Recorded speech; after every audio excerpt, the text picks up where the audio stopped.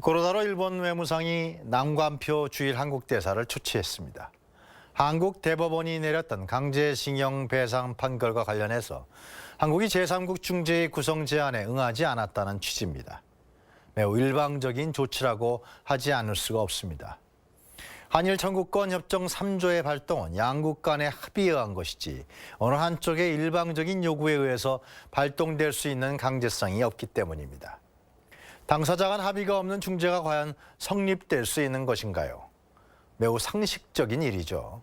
이러한 사실을 잘 알고 있는 일본이 중재의 회부를 갑자기 들고 나온 이유는 자신들의 대보복 조치에 대한 명분 쌓기로밖에 볼 수 없습니다. 1964년 한일 청구권 협정이 맺어진 이후에 상당히 많은 분쟁이 한일 간에 있었지만 단 한 차례도 양국 간 중재회의가 열린 적은 없습니다. 자, 그렇다면 왜 일본은 걸핏하면 1964년에 한일 청구권 협정을 들고 나오는 것일까요? 일본은 1964년 박정희 정권과 맺은 한일 청구권 협정에서 개인의 청구권이 모두 소멸됐고 당시 모든 금액을 지불했다는 것입니다.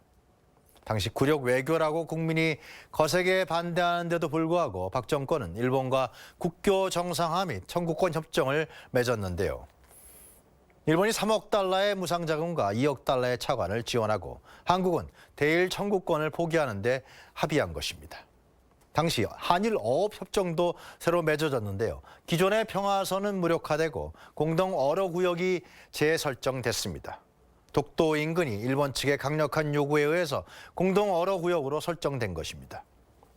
즉 쿠데타로 집권한 박정희 정권은 자신들의 정통성 확보를 위한 경제개발 추진 자금이 필요했고 미국의 지원을 받기 위해서 미국이 종용하는 한일 정상화를 받아들였던 것입니다. 그러나 중요한 점은 박 정권은 일본의 식민지 지배에 대한 사과와 배상은 한일 협정문에 단 한 줄도 삽입시키지 못한 것입니다. 그러나 결과적으로 한국 국민 입장에서는 일본의 부당한 식민지 지배와 이에 따른 배상과 보상을 청구할 권한이 남겨진 것입니다. 1964년 한일 청구권 협정이 국가 간 맺어진 조약이지만 일본의 경제적 지원과 협력이 명분이지 36년 동안 식민지 지배에 대한 보상 성격은 전혀 아니기 때문입니다.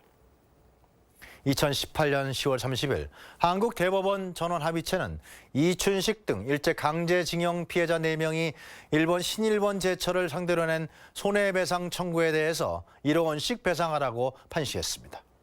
대법원은 식민 지배의 불법성을 근거로 한 강제동원 위자료 청구권이 1964년 한일 청구권 협정의 적용 대상에 포함되기 어렵다고 설명했습니다. 즉 일제는 아직까지도 불법적이고 침략적인 식민 지배에 대해서 한국 국민들에게 상응한 배상과 보상을 해야 할 책임이 있는 것입니다. 그러나 구구 정권인 아베 정권은 이를 인정하기가 매우 싫은 것입니다. 자신들의 식민 지배의 부당성을 인정하는 순간 자신들이 다시 추구하려고 하는 과거 일본의 제국주의적 영예 달성에 대한 명분이 없어지기 때문입니다. 그 첫 번째 걸림돌이 한국이라서 매우 심기가 불편한 것 같습니다.